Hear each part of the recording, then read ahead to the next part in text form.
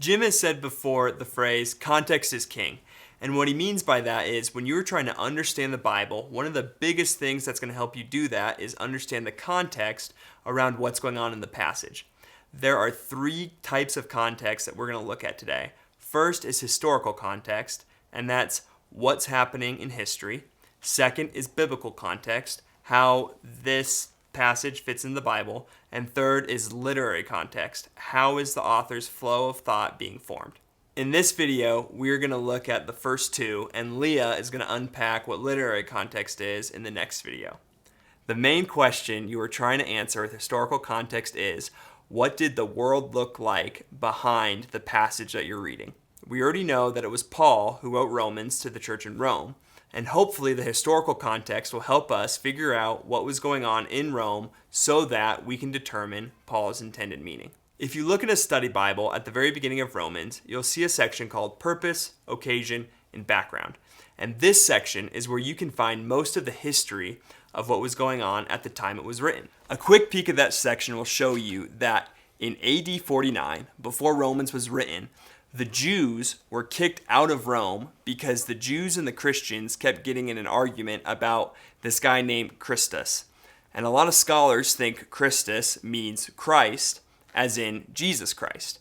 So the Jews have been kicked out of Rome for a while, and then they're coming back, but the Gentile Christian church has already been established. And so Paul is writing Romans to help unify those two groups of people. That's why there's so many foundational parts about Christianity in there, because it was used to bring people together who didn't get along. It was God's word to them before it was his word to us. The second type of context that we're going to look at is biblical context. The main question that we're trying to answer here is, how does this passage fit into the Bible as a whole? Just like in movies, the Bible has different genres. There are at least 9 genres. Some of them are Old Testament narrative, wisdom, the Gospels, and the letters. The authors of these different genres are trying to accomplish different things, in the same way that scary movies and romantic movies are trying to make you feel different things. In our case, Romans is a letter. The letter genre is specific to the New Testament, and it was usually written by a pastor to his people, helping instruct them on how to live. Biblical context is also helpful for helping you understand the main idea of what's actually going on in the passage. Authors in the Bible tend to repeat themselves a lot. So there'll be times where an author will say something in one book, and then in a different chapter of another book, he'll say the same thing. And when you can compare and contrast them, you can clarify on what his main idea was. That's called a parallel passage. A great resource to help you find parallel passages is to go to blueletterbible.org.